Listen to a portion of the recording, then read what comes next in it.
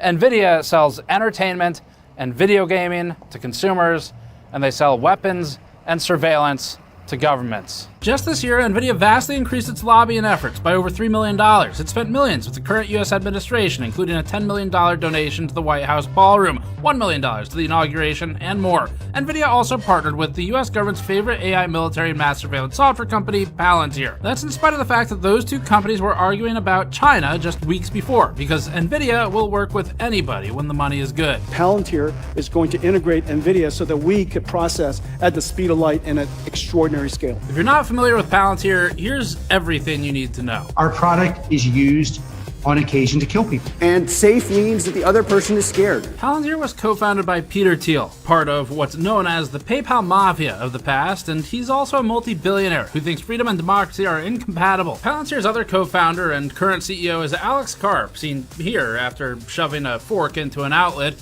and his mindset appeals to angsty teenagers. I don't think in win-lose, I think in domination. Palantir is known for being the purveyor of mass surveillance and its corresponding fuck-ups, like its system helping law enforcement detain the wrong people based on faulty data, and enabling rogue employees to spy on co-workers. Meanwhile, the US government is relaxing AI regulations to rush through more data center construction. Recently, President Trump posted that, quote, there must be only one rulebook with some weird capitalization that seems like a one ring to rule them all thing if we are going to continue to lead in AI. We are beating all countries at this point in the race, he said, but that won't last long if we are going to have 50 states, which is what do you mean? What do you mean, if we're gonna have 50 states? Quote continues, many of them bad actors, end quote, before later saying that, quote, you can't expect a company to get 50 approvals every time they want to do something, end quote. We can see why Jensen likes him so much, leaving no opportunity unmonetized. NVIDIA and Palantir are increasing the speed at which AI data centers are built on the US's already strained power grid, which is predicted to increase energy bills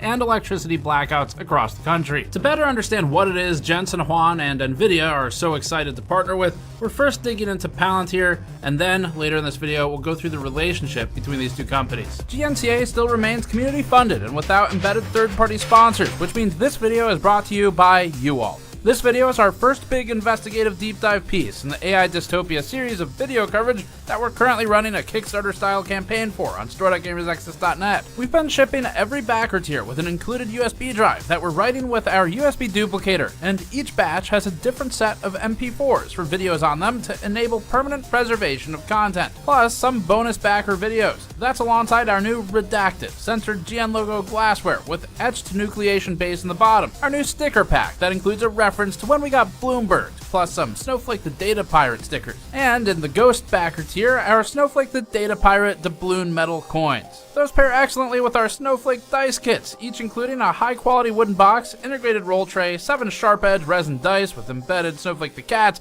and a playing card that's legally distinct but usable in your favorite tabletop games.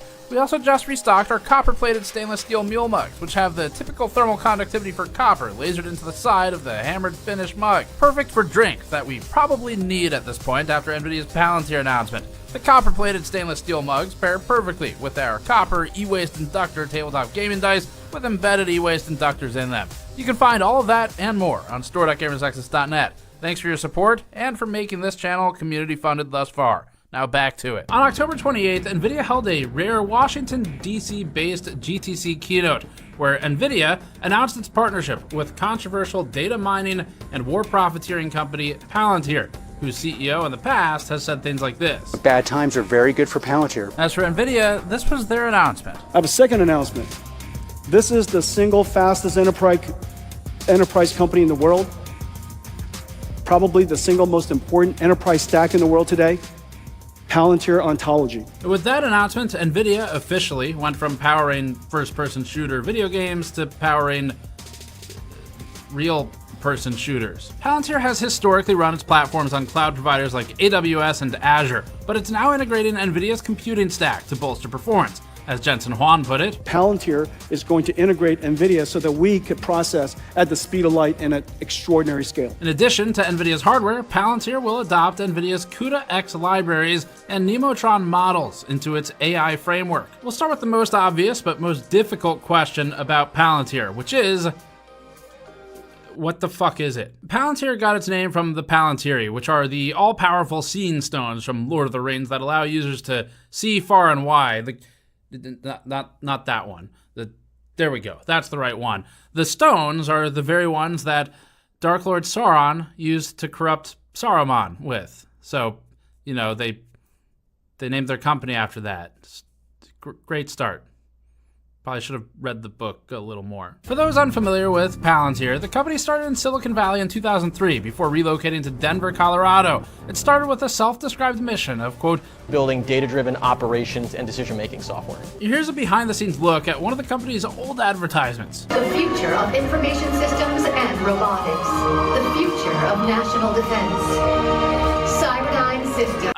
I don't know how that got in there. Early on, Palantir worked with and was backed by the CIA, but Palantir eventually branched out to work with the FBI, ICE, and the DoD. And then, when it got bored of having partners with only 3 letters and wanted more, it worked with state and local law enforcement. The DoD previously awarded Palantir a $10 billion contract in August. The DoD said it received just one bid for the $10 billion contract. In an attempt to fight the baddies or something, Palantir created its Gotham platform, which the company says offers AI-driven combat superiority. If you want to think of Palantir as the analog to Cyberdyne, then Gotham could be thought of as its Skynet, without the artificial intelligence capabilities being AI sentience.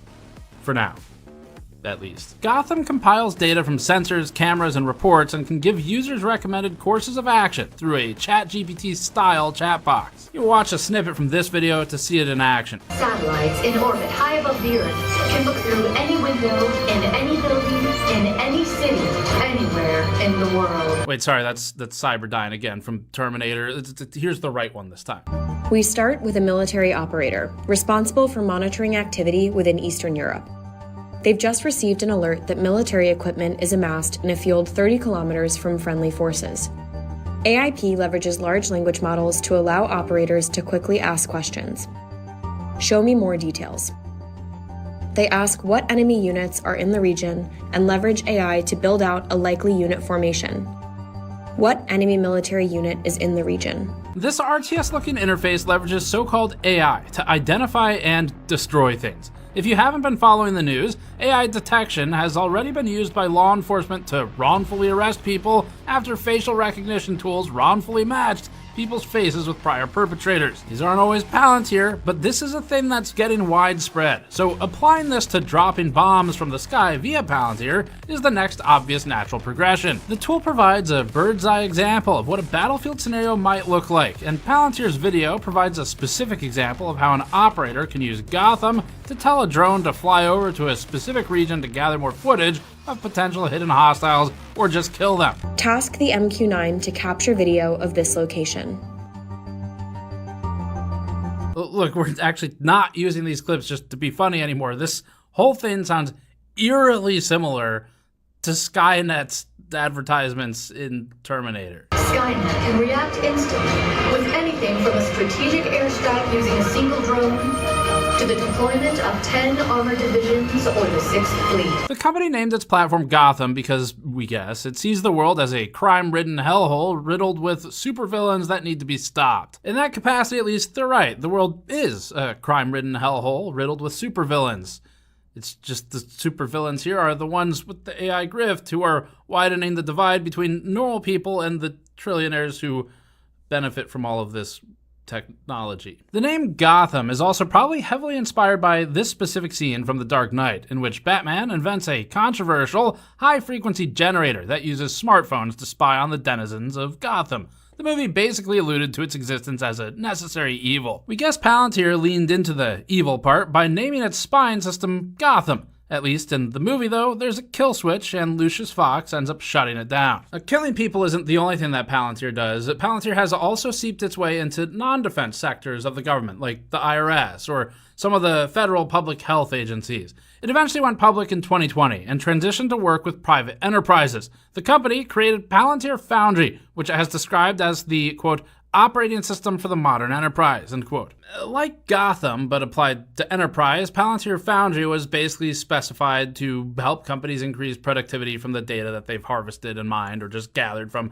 the course of doing business. And Palantir is now used in a wide variety of industries that include finance, healthcare, manufacturing, military, and more. The company now reportedly serves over 150 countries and has offices across North America, Europe, the Middle East, Asia, and Australia. Beyond country borders and governments, Palantir has numerous enterprise customers.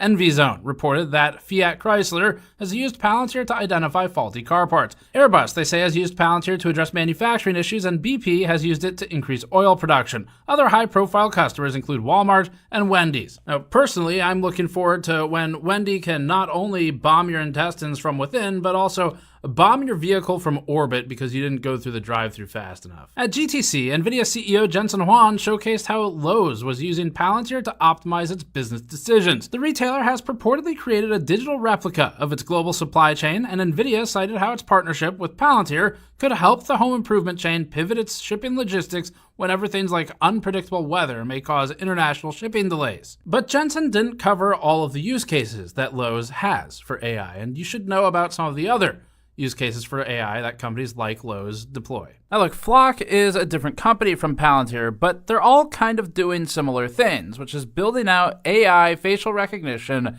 and people profiling solutions that we think you should be concerned about. So let's take a closer look at some of these other examples of concerns with AI and corporate overreach. Home Depot and Lowe's have both used Flock security cameras and plate readers, and they share that data with the police. 404 Media reported, quote, "The sheriff's office is able to tap into Flock license plate reading cameras at 173 different Lowe's locations around the U.S., end quote, and that the Flock cameras, quote, constantly scan the license plates of cars that drive by. Because there are Flock cameras around the country, Flock often has a snapshot of people's movements, which police can search, typically without a warrant," end quote. That's right, these systems, like the one we showed at the beginning of this video, can build a profile on you. They can look at things like the bumper stickers on your car and start to figure out what ideologies you might associate with. Maybe you have a band that's somewhat political as a bumper sticker on the car. It could also, though, look at where you go, who you associate with, the vehicles of your friends, the associates who are nearby, people who are just in the frame who might not be good people, but you happen to be next to. It could also, in theory, look at whether you go to a church, a mosque, a synagogue, or none of them at all, and determine what kind of religious background you might have or lack of it. Further, these could look at if you've attended any protests, or perhaps wrongfully associate you with some kind of crime, like a break-in, or maybe associate you with a riot, simply for walking near while it happened. While NVIDIA talks about optimizing the workflow of something like the Lowe's warehouse for shipping logistics, the real AI use of these department stores now also includes tracking and profiling. Less sinister, or maybe not, they can also use this technology to look at how long you linger in front of a store shelf before deciding not to buy the thing you're looking at, and then later shovel ads of that thing in front of you until you finally cave and decide, you know what, I actually did want that when I saw it in the store. So about a week ago, in front of this suspected ICE field office, there were 2 camera surveillance towers that look sort of like this. These surveillance towers include license plate readers, so when I drove away from it, it tagged my car, and then it'll add it to a profile that exists for everywhere else I've driven with one of these security apparatus. Private companies can use this information to track movements of people around town in their car, and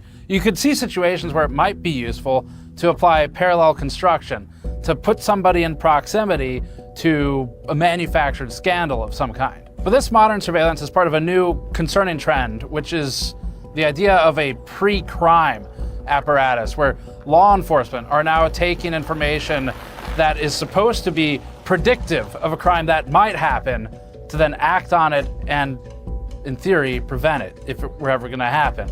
Like some kind of weird Minority Report type of situation. This could be used against anybody where, for the right price, especially if you run a large company, you might have access to data like this that profiles someone everywhere they've ever been, everywhere their car has ever been monitored, what's on the back of their car, what those bumper stickers might tell you about their associations or their political beliefs or otherwise. All of that is for sale. It's not only for use by governments, but it is being funneled through private companies that are fueling the AI bubble as we know it. Now, the particular towers that we saw recently were in front of a suspected ICE detention facility in North Carolina, and this branch was recently accused of throwing a U.S. citizen into a van and driving away with him before later dumping him on the side of the road to walk back to his work site. So at this point, it does feel like a real dystopian Skynet is among us, and it's being accelerated by NVIDIA, which more than ever is targeting and appealing to governments rather than basically anyone else. But let's talk about some of the monetary impacts. Following the announcement between NVIDIA and Palantir, both companies' stock rose by over 7%, and NVIDIA became the first company to hit a $5 trillion market cap.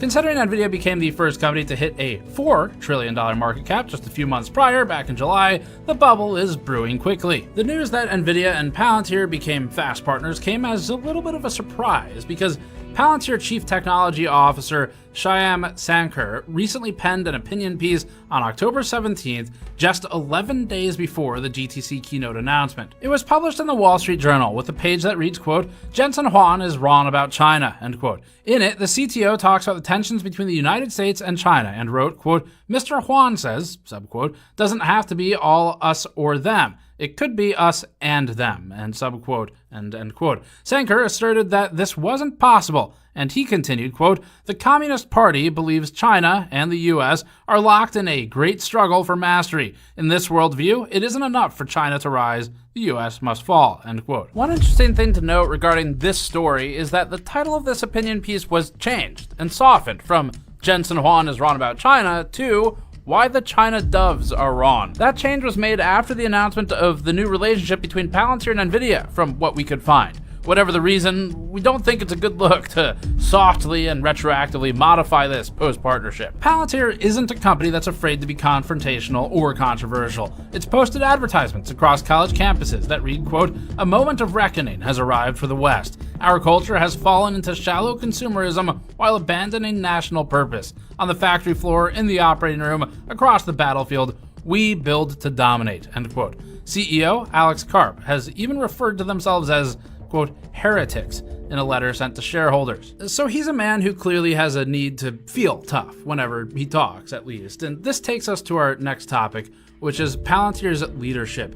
Peter Thiel is credited with the concept and with the seed funding for this company. For those unfamiliar with the billionaire venture capitalist, Thiel is one of the co-founders of PayPal, making him a member of the PayPal Mafia, as it's called, which represents a group of investors who have successfully invested in a variety of Silicon Valley startups. Thiel is sometimes considered the Don of the group and is extremely well connected in the industry, as shown in this chart by Dorothy Gambrell. He's gone on record to say some controversial stuff like, quote, "I no longer believe that freedom and democracy are compatible," end quote. These really aren't the words you want to hear from the creator of a company that facilitates mass surveillance, seeing as he's saying freedom's not compatible with democracy. So you're just not going to have it, I guess. Also death, they facilitate that too. Speaking of death, he also famously paused for an extremely awkward and uncomfortable amount of time in this interview. You would prefer the human race to endure, right? You're hesitating. Yeah, well, yes? I don't know. I would, this is a long hesitation. This is a long hesitation. There's so many questions implicit in this. Should the human race survive? Thiel is also oddly obsessed with his belief of an antichrist. With something as potentially dangerous as AI, we think it is a good thing, actually, to have guardrails put in place and protection mechanisms. In fact, even Elon Musk, another fellow member of the PayPal Mafia, has had some strong beliefs in having guardrails, at least prior to his XAI endeavor. Mark my words, AI is far more dangerous than nukes. Far. So why do we have no regulatory oversight?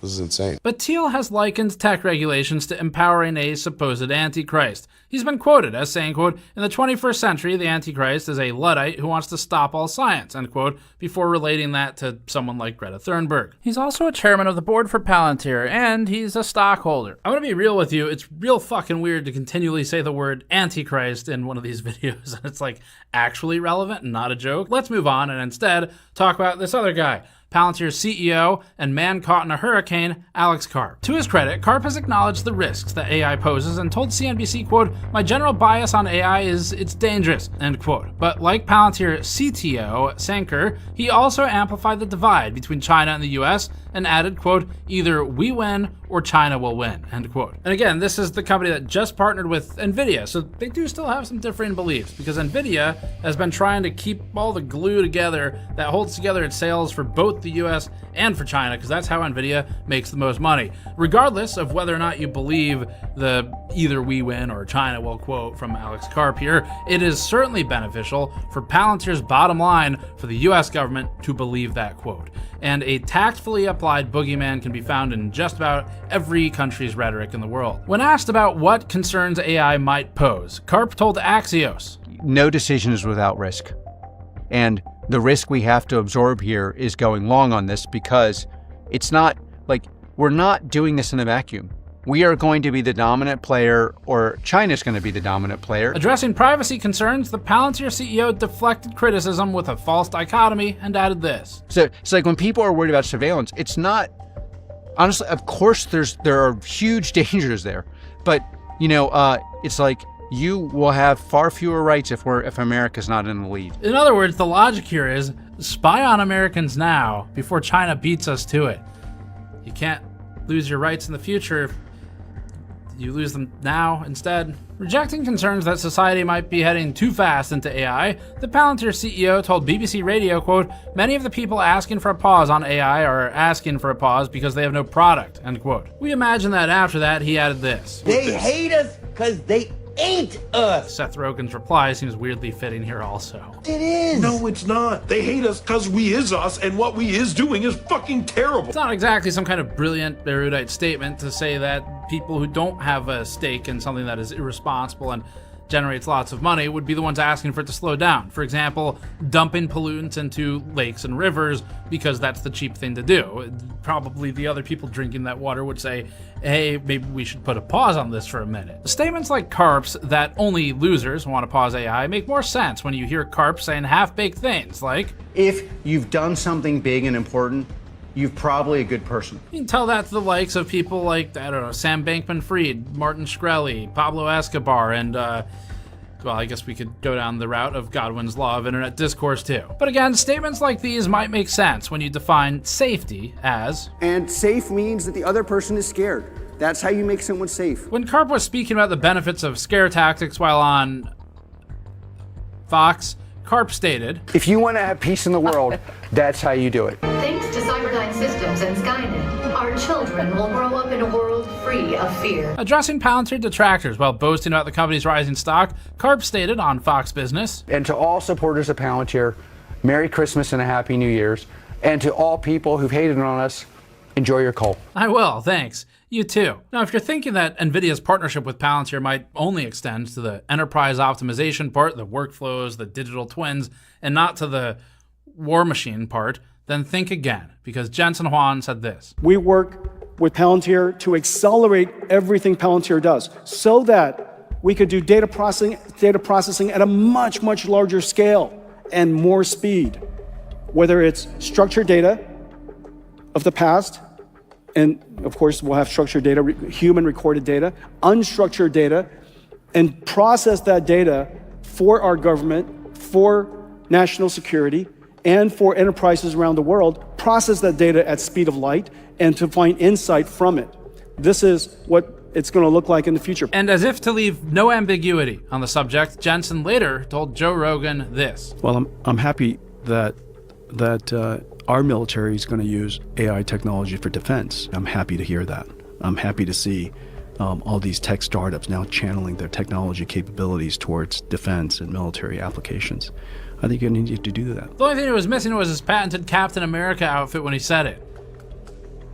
Wait for it. Wait for it. Now, if we got distracted by these arguments and talking points, you might say that a lot of people could contest that American prosperity and economic security would be best secured by ensuring that Americans have access to things they need to economically secure themselves, like better healthcare or something, rather than funneling all that money into the military. Speaking to Rogan, Jensen stated, I think I'm happy that we're making it more socially acceptable. There was a time where when somebody wanted to channel their technology capability and their intellect into defense technology, somehow they're vilified. Yeah, I don't get it either, Jensen. I mean, it's just us right now. Like, look, how are you gonna vilify people who develop discriminatory killing machines? I mean, we gotta leave room for the people who develop the indiscriminate killing machines too. Am I right? I mean, the people doing the vilifying should be killed. I mean, the AI should kill. I mean, more recently, NVIDIA and Palantir have partnered up to create Chain Reaction, which Palantir describes as an, quote, operating system for American AI infrastructure, end quote. It's designed to accelerate the construction and powering of AI data centers in the US, which are already straining the power grid and whose generators are linked with the rise in local diagnoses of things like chronic obstructive pulmonary disease or COPD. According to federal regulators, the explosion of AI data center demand has already pushed US electricity usage so high that parts of the country now face heightened blackout risks in the winter. Peak demand jumped by roughly 20 gigawatts in a single year, and the North American Electric Reliability Corporation warned that extreme cold could trigger supply shortages across the country. To put that 20 gigawatt peak jump into perspective, the largest nuclear power plant in the United States produces about 4.5 gigawatts of power. NVIDIA bolstering the rise of Palantir is concerning for a number of reasons, some of them easier, like when its CEO says things like this. Palantir is here to disrupt and make the institutions we partner with the very best in the world, and when it's necessary, to scare enemies and on occasion kill them. When it's not killing people, Palantir says it values your privacy. Palantir wrote, quote, we treat privacy as a first-order concern at every stage of the engineering process and build privacy features as core capabilities in our platforms, seamlessly integrated with analytical and collaboration tools, end quote. But what the company says and what it does, a big surprise to all of you, it doesn't always align. In a peer-reviewed article titled The Seer and the Seen, surveying Palantir's surveillance platform, end quote, authors Andrew Iliadis and Amelia Acker wrote, quote, while Palantir attempts to distance itself publicly from the image of a global tech firm that facilitates the modeling of data where civil liberties and human rights might be at stake, the patents show that such processes were imagined, designed, and implemented as far back as 2006. Healthcare, security, immigration, social media, and financial data collection, sorting, and modeling for preemptive decision-making are all described. I just want to draw your attention to one really specific word in there, which is preemptive. That's going to matter here. That genie is never getting put back in the bottle. The Palantir surveillance article added that the company uses, quote, data gathering, labeling, and modeling, end quote, to engage in, quote, facial recognition, predictive policing, workplace surveillance, and social media mining, end quote. Predictive policing. That sounds familiar. I'm placing you under arrest for the future murder of Sarah Marks. But let's not kid ourselves. We are arresting individuals who have broken no law. But they will. The commission of the crime itself is absolute metaphysics. The precogs see the future, and they're never wrong. But it's not just Minority Report in a movie anymore. Precogs exist. They're already here. And they're already wrongfully condemning people of crimes. So, very, very peculiar.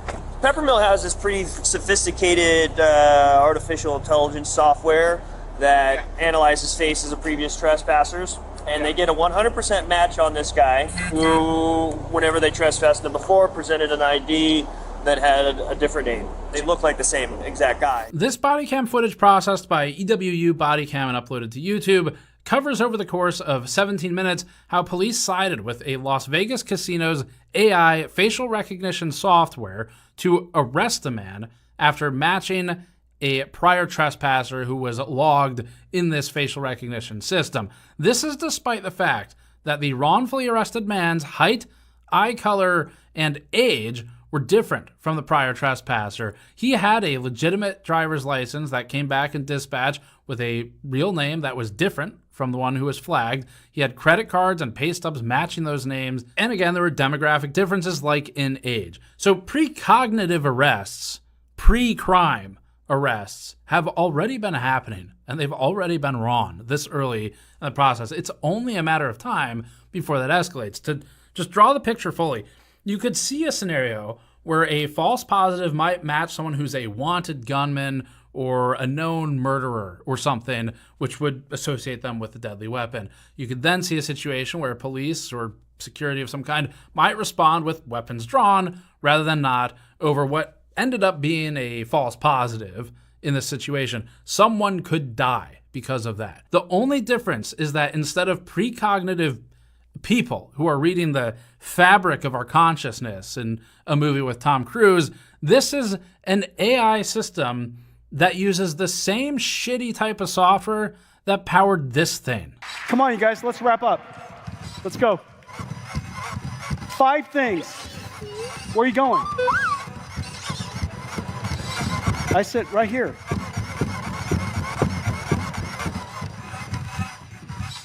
Don't be afraid. Come here, Green. Hurry up. What are you saying? No, it's not time to eat. It's not time to eat. I'll give you a snack in a moment. Let me finish up real quick. Come on, Green, hurry up. Stop wasting time. 5 things. And Palantir also leans into the Minority Report style ethos with its ad campaigns. And in the very least, we think Cyberdyne Systems should sue Palantir for damn near perfect plagiarism of its advertising. Targeting the bad guys before they can target you. Speaking of Minority Report, 2 federal lawsuits indicate that at least 2 immigrants were erroneously detained for deportation by ICE in Chicago, which Bloomberg, which will probably precognitively copyright strike this video, reports were likely enabled by inaccurate information funneled through Palantir's systems. The company's tools excel at centralizing surveillance data while using AI to focus on requested intel, like a laser beam. Taking a page out of the book 1984, Orwell would be so... well, I don't know if he would be proud or not. Let's go with terrified. The LAPD used Gotham in a program called Operation Laser, which, according to Bloomberg, compiled, quote, rap sheets, parole reports, police interviews, and other sources, end quote, on would-be criminals and shared them with local law enforcement to try and, quote, stop the pre-crime suspects as often as possible, end quote. Pre-crime suspects. Pre-crime suspects. It's not how those words work, all right? So these law enforcement officers would reportedly use excuses like jaywalking or fix-it tickets to intervene. This is often referred to as parallel construction or evidentiary laundering, a concept wherein law enforcement has some kind of evidence, potentially acquired illegally and in a way which would not be admissible in court, and then launders it through other reasonable suspicions, like a broken taillight on a car where a flock camera maybe saw people with a known past of drug dealing getting in, even if they weren't actively doing something wrong. Slippery slope type arguments don't seem like a fallacy in this situation, and so-called pre-crime surveillance it does seem to be on the rise, and we do think it can be abused. For its part, however, Palantir has denied any association with pre-crime. Palantir asked Palantir on Palantir's blog, quote, does Palantir enable predictive policing, end quote, to which Palantir answered Palantir saying, quote, no, Palantir does not provide predictive policing tools, nor do we support any predictive policing workflows, end quote. It then wrote that it is used by police, including for operational purposes and for investigations, which it says are made more efficient with Palantir's software. Palantir even actually referenced Minority Report when writing about the EU AI Act, which Palantir summarized as disallowing prediction of criminal activity, akin to, they say, Minority Report crime forecasting. This was Palantir paraphrasing restrictions of the EU AI Act. So they're distancing themselves from pre-crime. And again, part of the concern here is the slippery slope that it may become a thing later. And also, again, distancing yourself from controversial things is exactly the type of thing that an AI company powering global surveillance would do. But at least that's what they say. Just from our opinions, this can only get worse. Now, Palantir's tools are, unsurprisingly, reportedly also being used to track and surveil people who aren't suspected criminals. Bloomberg wrote, quote, police and sheriff's departments in New York, New Orleans, Chicago, and Los Angeles have also used it, frequently ensnaring in the digital dragnet people who aren't suspected of committing any crime.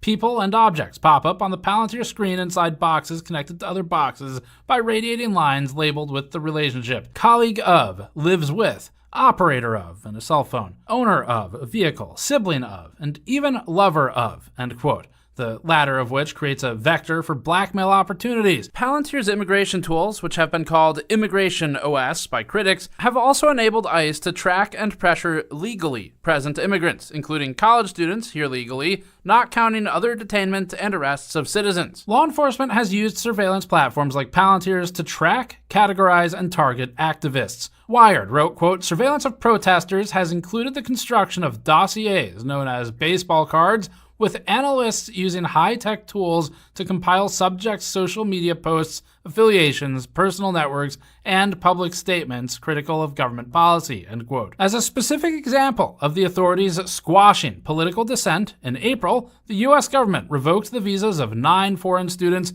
after they attended protests. It's an indiscriminate application of an inherently discriminatory technology. The only question is who's being targeted next time. Even if you agree with current government's ethos, this should still concern you, because the next administration's philosophies you might not agree with, but you're still going to be the target. And this genie will not go back in the bottle, especially with trillions of dollars on the line for the private corporations that have their hands so far up the government's ass that you can see that Jensen hasn't trimmed his nails in a while. Look, I don't know how to complete the analogy. You get the idea, all right? There's a lot of money at play. And NVIDIA, as an example, has moved on from benefiting from video games to instead benefiting from the extrajudicial destruction of rights. That's what we think about what's going on. And to execute its actions, ICE uses Palantir's integrated case management ICM system, which the company developed to assist the enforcement agency. And remember, Huang said NVIDIA will accelerate everything Palantir does. Amnesty International elaborated on the dynamic of the ICM for Palantir. Quote, ICM allows ICE personnel to create an electronic case file that organizes and links all records and documents associated with a particular immigration-related investigation, so they're easily accessible from a single location. The AI tools supplied by Palantir play a key role in U.S. authorities' ability to identify people, as well as their behavior and movements, more quickly and on a large scale to determine if their visas should be revoked, end quote. Speaking of identifying individuals, ICE uses a facial recognition app called Mobile Fortify, which handles identity verification in real time.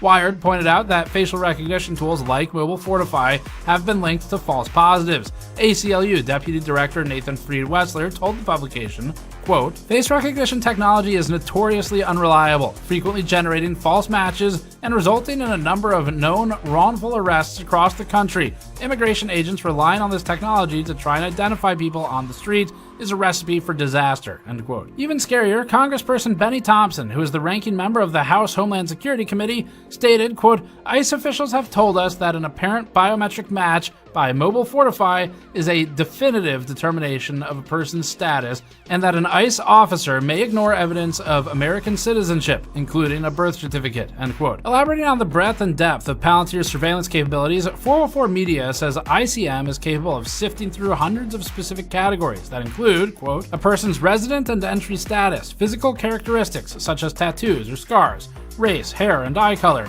place of employment, social security number, driver's license status, bankruptcy status, and location and license plate reader data, end quote. Speaking of location tracking, The Guardian reported that with the help of Palantir's Falcon tool, ICE could, quote, track a person's location, including their route and movement, hour by hour using cell phone tower records, end quote. With tools as powerful as what Palantir is developing, you'd want the company to at least have a solid foundation for its general principles. But Palantir is built on a rocky foundation, and we think built atop unethical grounds. In 2010, a competing data analytics firm, i2, sued Palantir. The lawsuit alleged Palantir had misappropriated i2's software, trade secrets, and other confidential proprietary information. In an act of self-righteousness, Palantir tried to explain that it essentially had an obligation to do so, stating, quote, what's at stake here is the ability of critical national security, defense, and intelligence agencies to access their own data and use it interoperably in whichever platform they choose in order to most effectively protect the citizenry, end quote. This, of course, makes sense when you've got a CEO who says stuff like this. Palantir, we believe we're notoriously good at being right. Yes, I too remember the arrogance of a 15-year-old playing Counter-Strike Source. Is this guy not? Oh, he's not playing Counter-Strike Source, and he hasn't been a teenager for a long time. some things never change. Palantir's motion was denied, and the company reportedly had to fork over roughly $10 million in a settlement. Fun fact, Shyam Sankar was listed as one of the misproprietors of those trade secrets. His punishment was to be Palantir's CTO. Worked out well for him. As a specific example of Palantir's surveillance overreach gone wrong, look no further than Peter Kaviccia III. Kaviccia, a former Secret Service agent, was hired by JP Morgan Chase to monitor the banking company's employees using Palantir's tools.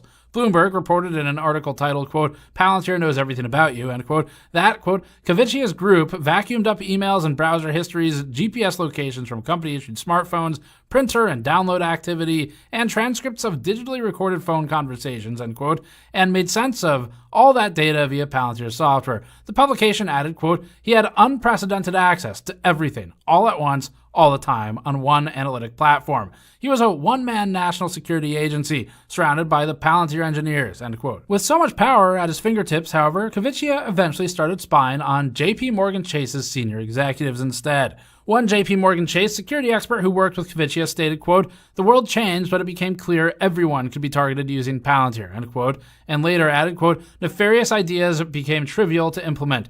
Everyone's a suspect, so we monitored everything. It was a pretty terrible feeling." Not liking getting a taste of their own medicine when the spyer became the spy-e, JP Morgan laid Kaviccia off. He reportedly got a severance package, and then, as an award for his surveillance overreach, became the CTO of a fintech company. So I guess somewhere, anytime there's surveillance overreach, a CTO gets their wings.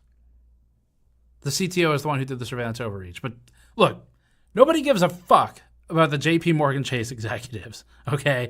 But even still, the story exemplifies a scenario where unprecedented surveillance tools that were originally purpose-built for military applications are being turned, we think, unethically against U.S. citizens for the easy part, but it is global, with virtually no checks on access. And more importantly, the tools were turned against, in this case, very powerful, very wealthy banking and investment executives who had commissioned the very use of those tools. These are people who probably think they're impervious to such things, and yet it was pointed against them. So with no guardrails in place, we're reminded of Lord Acton's famous quote of "Power tends to corrupt, and absolute power corrupts absolutely." Although metal band Parkway Drive also said it. It's just a little bit of a deeper voice. While NVIDIA essentially got its start as a graphics card company powering games and wouldn't have survived without the backing of gamers, NVIDIA has said it's, quote, "no longer a graphics company," end quote, and it's now grown into the most valuable corporation in the world. It's now bolstering the military-industrial complex with partnerships. And this isn't your run-of-the-mill, old, boring, archaic weapons manufacturing of the defense industry where, at least as an American, you get the comfort of knowing you probably won't be extrajudicially blown to smithereens by a missile fired from a fighter jet in the sky as long as you're on American soil. This is something where these particular tools are being deployed both domestically and internationally, and mostly by private entities. That's kind of the scary part here, where anybody can be a user of these types of tools if they pay enough money, if they work with the right companies, and likewise, anybody can be an enemy of the state. The only question we have is where that line is drawn between the state and between the private companies that are funding it. That is what's becoming unclear to us at this point.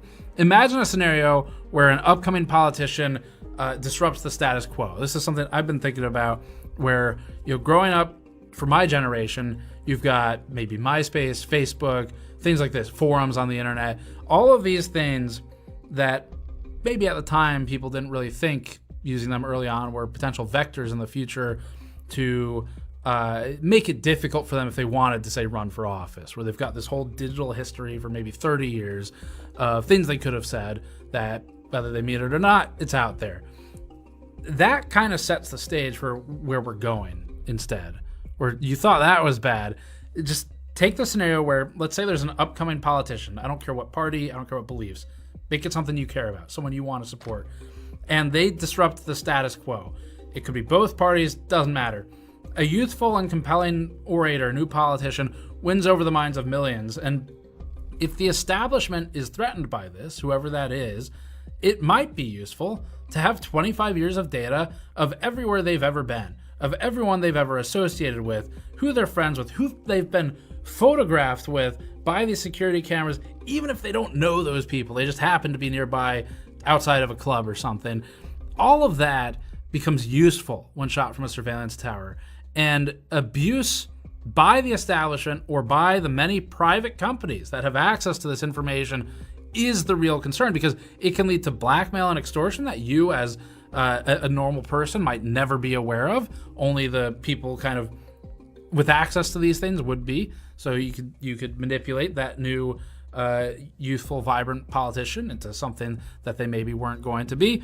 It could also be used to manufacture scandals and prevent the disruption of the establishment, find something to create a problem out of nothing. And that's without the warrantless, wrongful arrests, which have already happened to everyday people. So this technology is dangerous. And both NVIDIA and Palantir are currently listed within the top 25 most valuable companies in the world by market cap, with NVIDIA currently at number 1 and Palantir at 23 at the time we screenshotted this. While much attention has been given to NVIDIA's meteoric rise, the same can be said about Palantir. The company's stock went from $60.24 about a year ago to approximately $193 at the time we wrote this. Although right now, as I'm speaking it, it's $187 or so. Either way, from the points we just referenced, that'd be somewhere around a 200 to 220% staggering increase. It's easy to see why the bootlickers who are on Reddit are so quick to defend Palantir, decrying videos like this one for what they call alarmism. There's a lot of money to be made. We're going to be rich. Gold mines. Gold mine. Gold mine. It's a gold mine. Gold mine. The current AI gold rush is contingent upon NVIDIA prevailing, and considering NVIDIA is partnering with Palantir,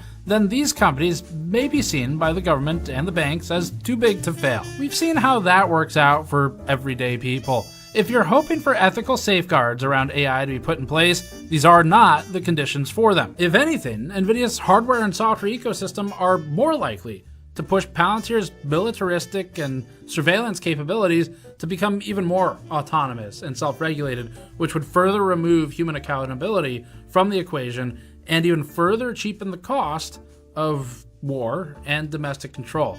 Again, while Palantir's tools were originally aimed at terrorists, as they've been marketed, they have been used on civilians in the name of safety. And we're now starting to see, unironically, the use of phrases like pre-crime or pre-crime suspects, seemingly without any recognition of how terrifying this concept is. And AI has the potential to fundamentally change society. But to change it for the better, for normal, non-trillionaire people, requires responsibility. And that's not what we're going to get. Neither Palantir nor NVIDIA have a great track record for responsibility or for being ethical companies, we think. If anything, they both seem hell-bent on what Karp calls domination. And Jensen's right there with him now. As a wise man once said, Yeah, but your scientists were so preoccupied with whether or not they didn't stop to think if they should. Perhaps the worst part of all of this is that there doesn't seem to be a way to put a pause on this dystopian trajectory we're on, where there's no ballot measure to vote on right now that matters for any of this. They didn't ask if you cared. They don't ask what you think, what your opinion is, or what ours is. In their quest to build what they think is the future, NVIDIA and Palantir together may be creating the final boss, one where we're all helpless NPCs who are looked upon by the players, which, in a twisted way, I guess would make NVIDIA a gaming company after all. That's it for this one. We have a lot more of this coming in this series. You can support us directly on the store, on store.gamersnexus.net. If you learned something that you didn't know, or if we're putting to words something that you've been feeling, then we'd appreciate your support so we can continue to independently fund these efforts and the reporting we're doing across both channels. Thank you for the support. Thank you for watching. You can also go to patreon.com/GamersNexus. Helps out there. Although right now the store would help us out the most, just because it also helps keep the warehouse team busy with stuff to do. And we've got a lot of cool stuff that you can get in return for supporting us. So thank you. We're going to keep following the story. It's getting pretty serious, some of the stuff that we're looking at right now. So yeah, we'll have plenty to talk about. Check back for more. We'll see you all next time.